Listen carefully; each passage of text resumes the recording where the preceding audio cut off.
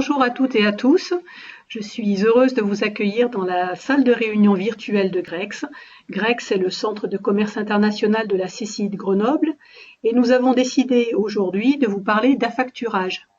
L'affacturage est une technique de gestion financière qui consiste à céder ses créances à un tiers, le factor, qui va se charger de recouvrer les créances auprès des clients, de vos clients.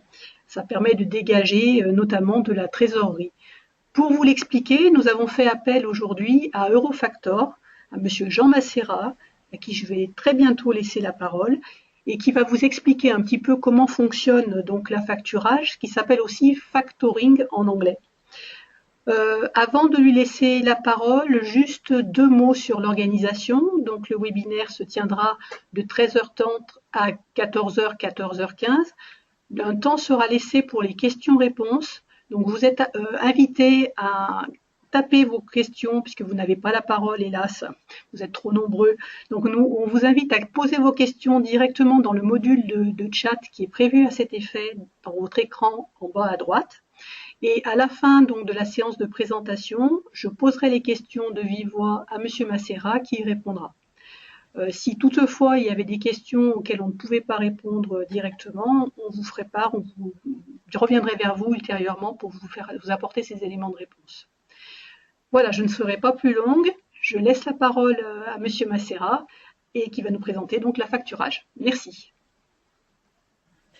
Merci beaucoup.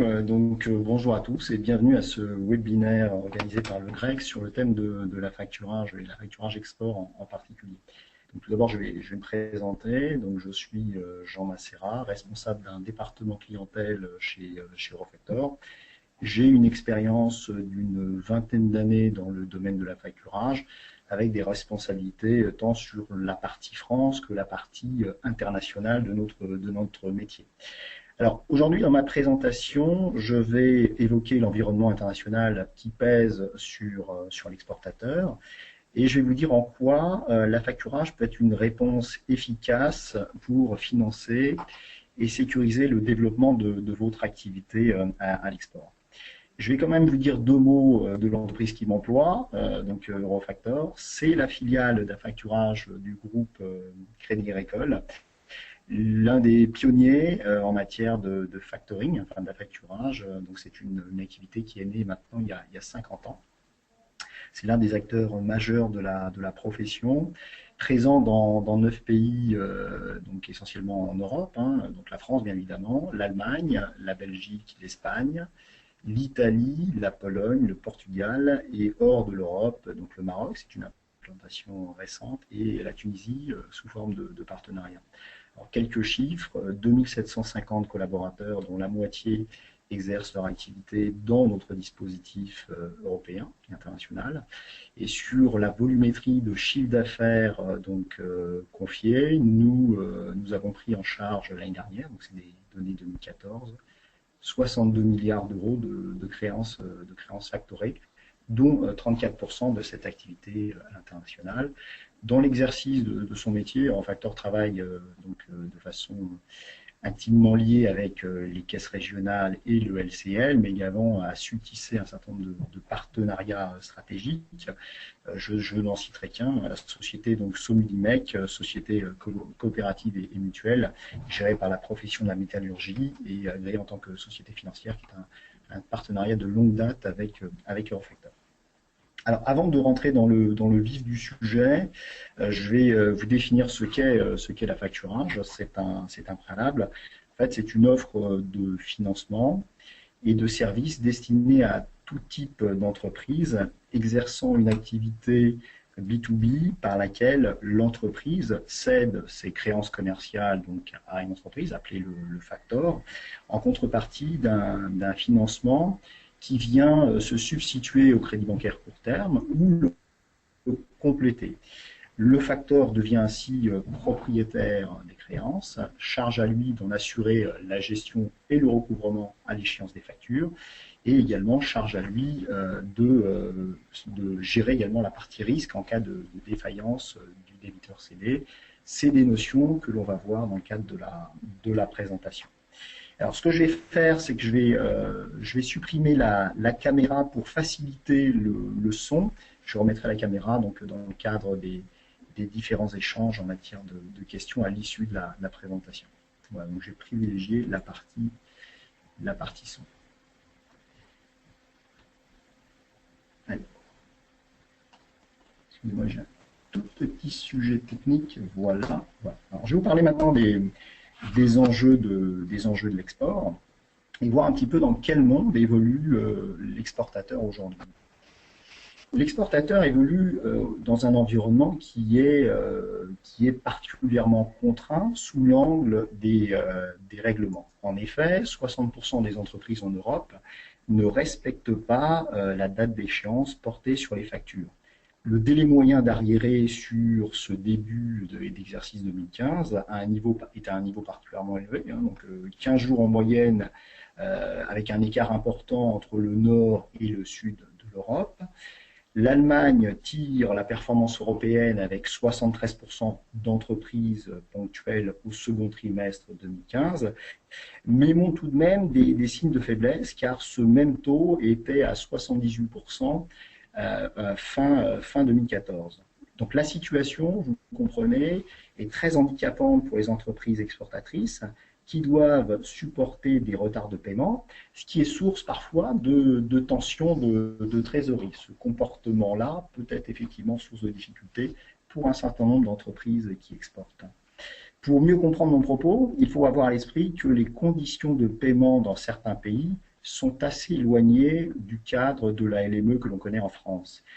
Prenons un exemple, celui du Portugal, où il n'est pas rare d'avoir des facturations à 90 jours, durée à laquelle vous rajoutez 30 jours de retard moyen, et vous êtes déjà à 120 jours de délai de règlement, ce qui constitue quelque chose comme étant 2 fois supérieur à la LME française. Alors, l'environnement n'est quand même pas aussi sombre que je le décris sur ce premier slide, puis on assiste quand même à une conjoncture européenne qui est de plus en plus favorable, et c'est plutôt la bonne nouvelle. La croissance européenne a retrouvé suffisamment de vigueur pour qu'un repli des défaillances d'entreprises s'observe dans la plupart des pays qui sont des partenaires de la France à l'exportation.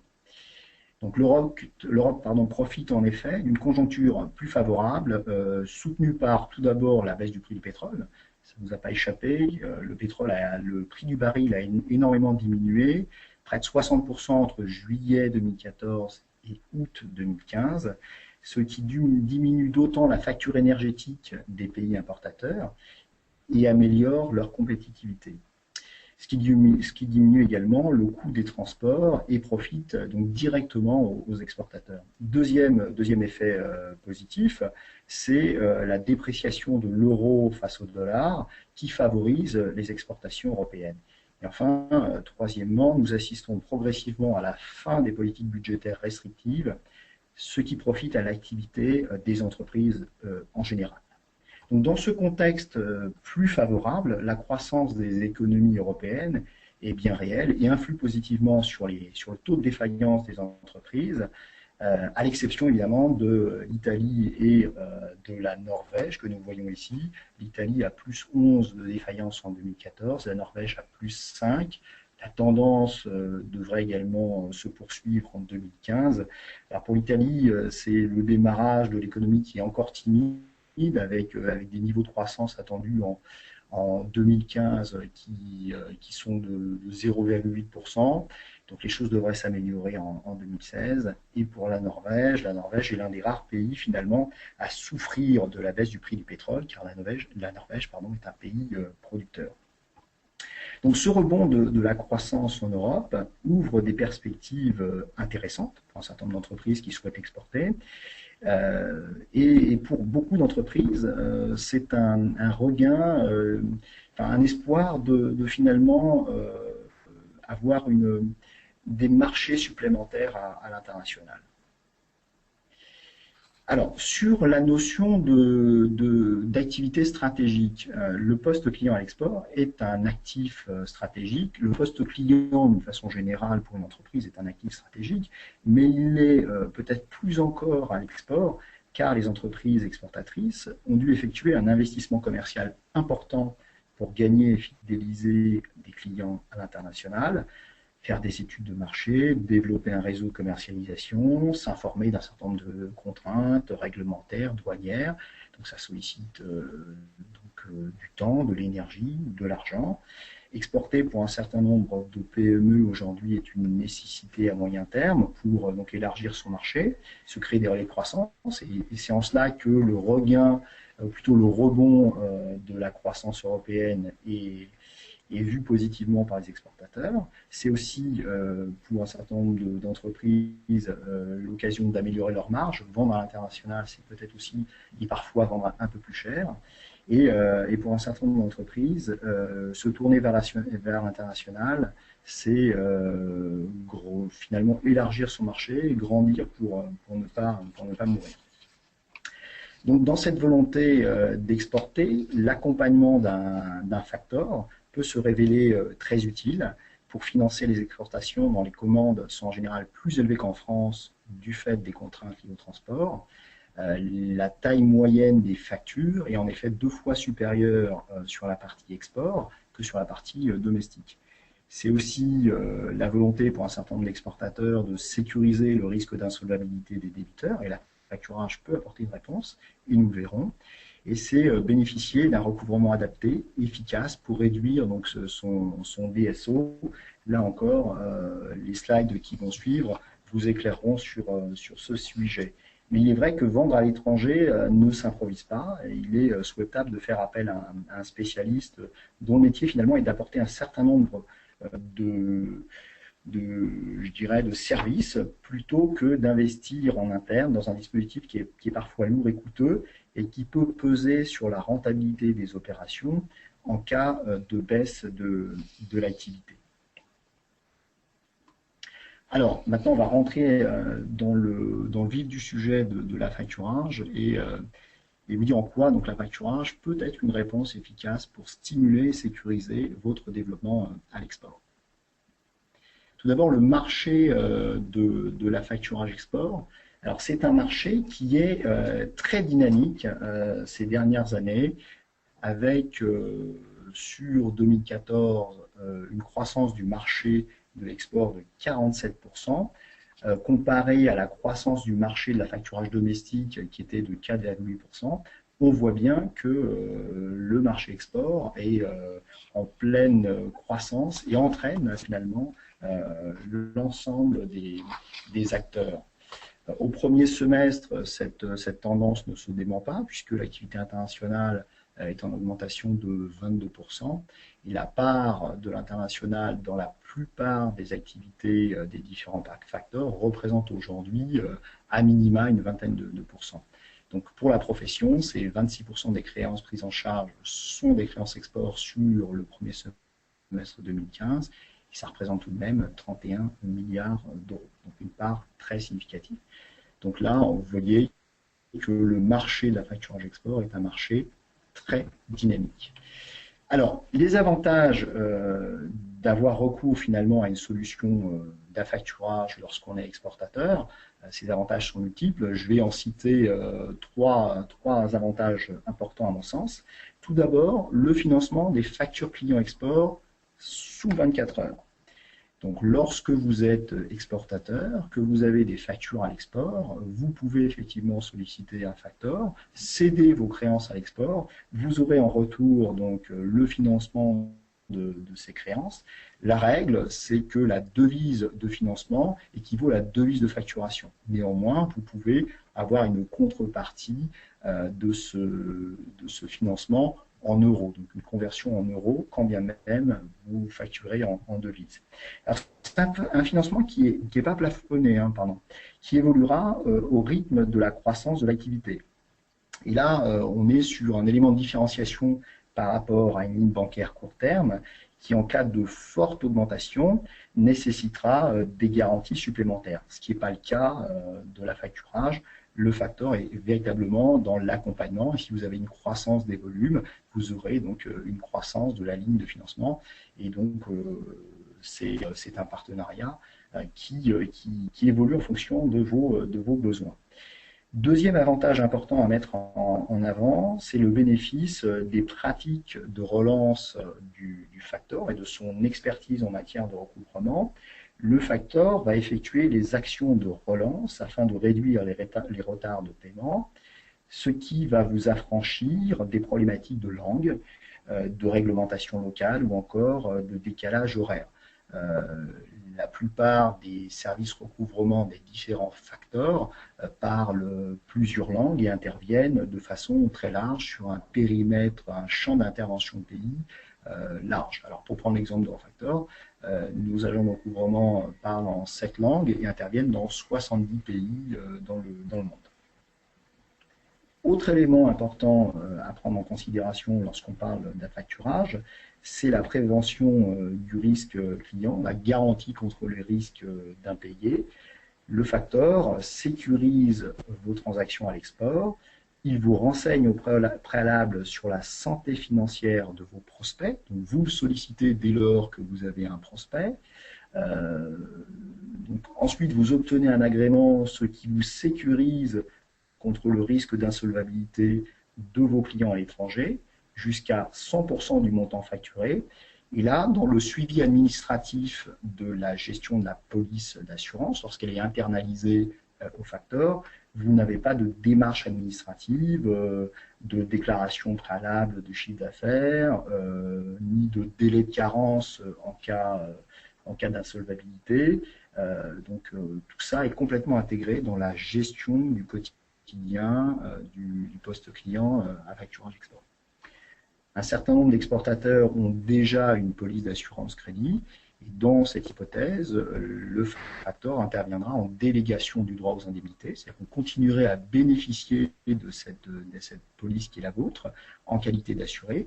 Et le facteur finance vos créances. Si jamais il y a défaillance des débiteurs cédés remis en affacturage, le facteur sera destinataire de l'indemnité puisqu'il est propriétaire de la créance par la cession que vous lui avez faite. Le schéma simplifié d'une opération, donc là je vous ai défini les avantages. Maintenant, rentrons un petit peu dans le détail simplifié du comment ça marche. Alors, lorsque vous avez une commande sur un acheteur à l'international, le réflexe, lorsque vous avez un contrat d'affacturage, c'est de demander une garantie sur cet acheteur, si le facteur est en charge de l'assurance crédit. Donc, vous sollicitez votre facteur pour un agrément. Lorsque l'agrément est accordé, vous êtes dans une démarche où vous pouvez effectuer en toute sécurité la livraison de la marchandise ou la réalisation de la prestation de service qui donne lieu à facturation. Une fois que cette facturation intervient, vous adressez donc copie de la facture et des justificatifs, si ces justificatifs sont nécessaires, de façon dématérialisée donc, au facteur, donc des flux d'images PDF. Donc le facteur enregistre cette facture sur le compte courant de son client. Et l'enregistrement en compte courant donne un droit à tirage, donc un droit à financement. En fonction des besoins de trésorerie, vous utilisez ou non le besoin de financement. Ce besoin de financement fait naître un engagement côté facteur qui sera soldé au moment où la créance sera échue par l'action de relance et par l'action donc de recouvrement, d'affectation du règlement reçu à la facture cédée. Et là, c'est dans ce cas-là que prend fin l'opération initiée par la cession de créance. Ce mécanisme-là, il est vrai tant pour l'affacturage domestique que pour l'affacturage export. Sur l'affacturage export, le côté un peu différenciant, c'est que le facteur va être beaucoup plus regardant sur la nature et la qualité des justificatifs qui prouvent la réalité économique de l'opération. Et donc ça, c'est aussi lié à des notions d'incoterms que nous verrons également en fin de présentation. Alors combien ça coûte? Une fois qu'on a parlé du comment ça marche, combien ça coûte? Donc la facturage est une solution de service, de financement simple, on vient de le voir, avec une tarification qui est de deux ordres et qui est devenue aujourd'hui très compétitive. Alors, deux ordres. Vous avez une première partie qui est une partie donc à gauche, qui est la commission d'affacturage qui rémunère donc la garantie et le recouvrement. Donc là, on est dans une logique de prestation de service. C'est pour ça que la commission d'affacturage est baptisée commission de service. Donc, cette commission de service, elle va être déterminée selon le volume de créances cédées.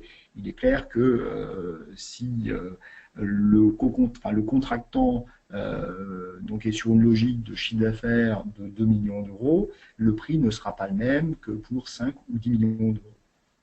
Ensuite, on va s'intéresser au périmètre géographique qui peut influer sur cette tarification. Le prix ne va pas être tout à fait le même pour une intervention en zone de l'Union européenne ou pour le grand export. Il y aura un élément de différenciation par rapport à ça. Ensuite, on va s'intéresser donc au processus de facturation, au nombre de factures cédées, à la complexité des opérations qui peuvent avoir une incidence sur le prix et au type de clientèle. Est-ce qu'on est sur une clientèle de détaillants? Est-ce qu'on est sur une clientèle de PME? Est-ce qu'on est sur une clientèle de grands comptes? Là aussi, il va y avoir donc une incidence sur la tarification.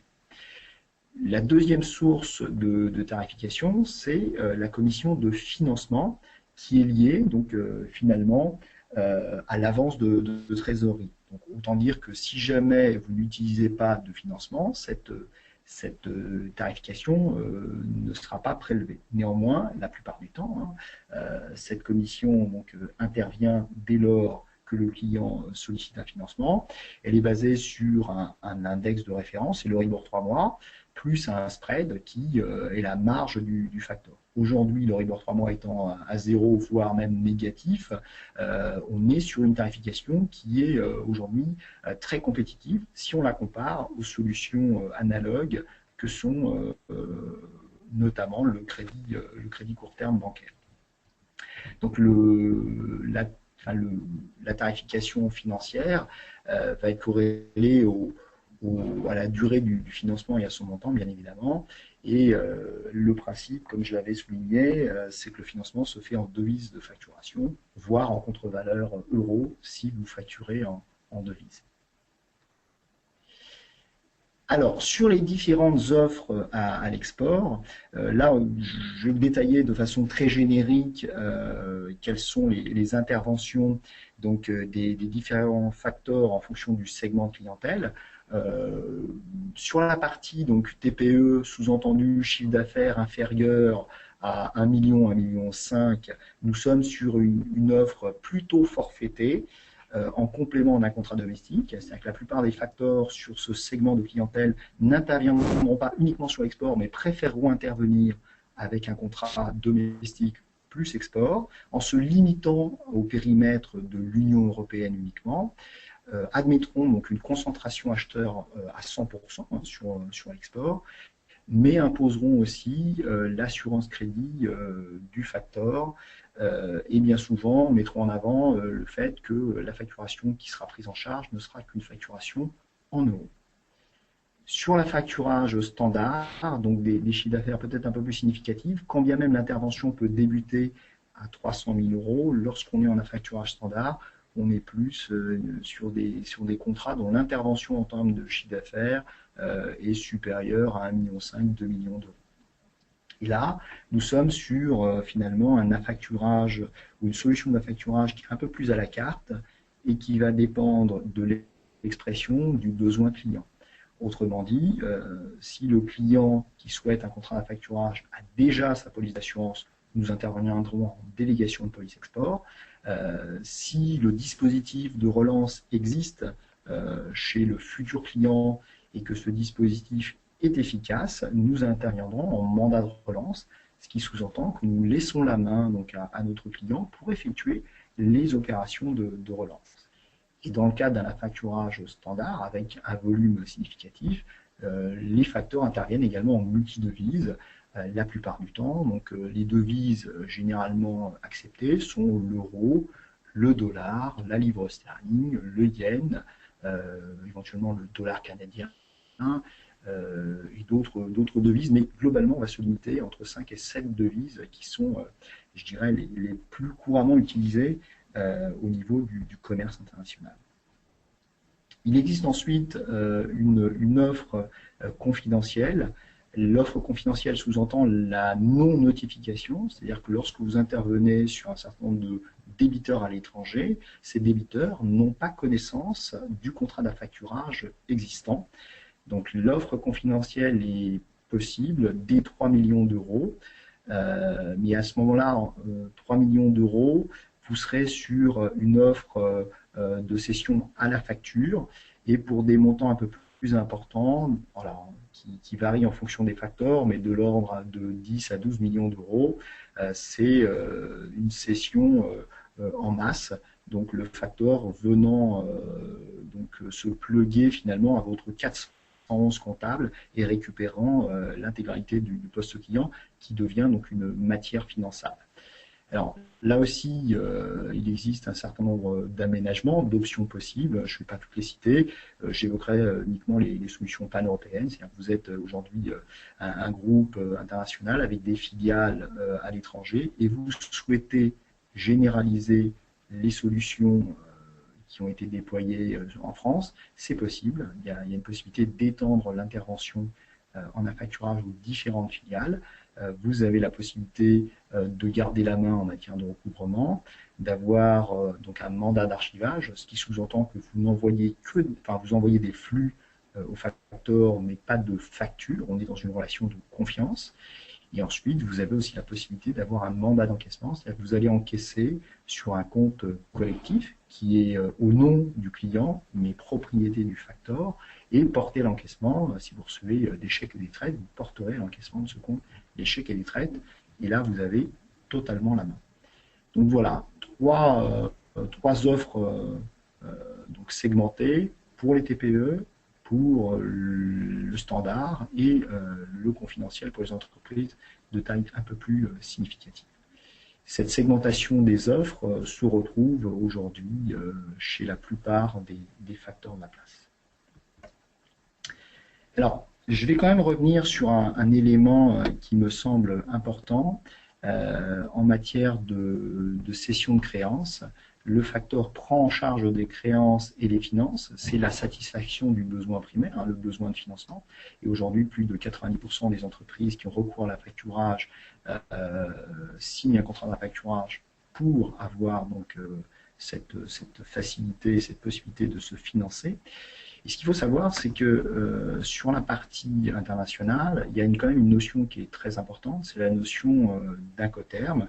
Donc l'incoterm, c'est ce qui, dans le cadre du contrat de vente qui lie l'exportateur et son acheteur à l'étranger, c'est ce qui va fixer les modalités liées au lieu de livraison des marchandises, au mode et prise en charge du transport, aux notions d'assurance et de dédouanement. Finalement, c'est tout ce qui va déterminer le transfert de risque du vendeur vers l'acheteur.